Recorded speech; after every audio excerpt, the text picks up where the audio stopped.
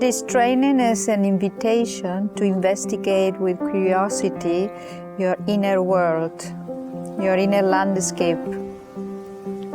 It's about self-inquiry and self-discovery.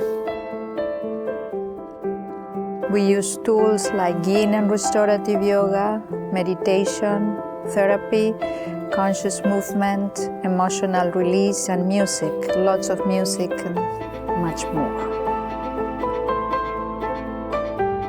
It's like a beautiful unfolding journey of self-acceptance.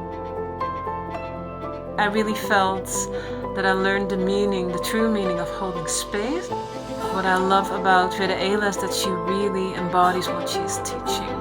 Therefore, it's even more effective.